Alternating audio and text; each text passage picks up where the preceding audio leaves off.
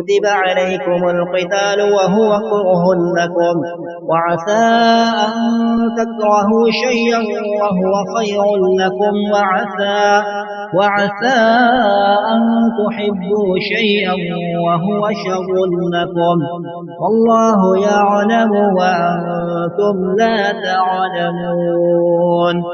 يسألونك عن الشهر الحرام قتال فيه، قل قتال فيه كبير وصد عن سبيل الله وكفر به والمسجد الحرام وإخراج أهله منه أكبر عند الله، والفتنة أكبر من القتل، ولا يزالون يقاتلونكم حتى يردوكم عن دينكم إن استطاعوا، ومن يرتد منكم عن دينه فيمت وهو كافر فأولئك حبطت أعمالهم في الدنيا والآخرة، وأولئك أصحاب النار هم فيها خالدون.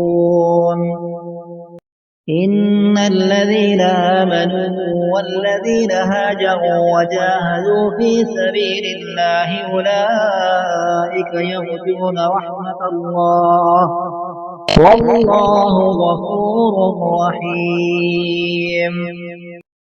يسألونك عن الخمر والميسر قل فيهما إثم كبير ومنافع للناس وإثمهما أكبر من نفعهما، ويسألونك ماذا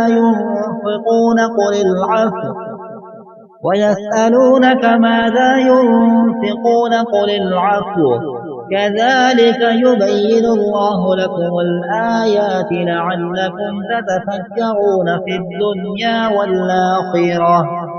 ويسألونك عن اليتامى قل إصلاح لهم خير، وإن تخالطوهم فإخوانكم، والله يعلم المفسد من المصلح، ولو شاء الله لأعنتكم إن الله عزيز حكيم.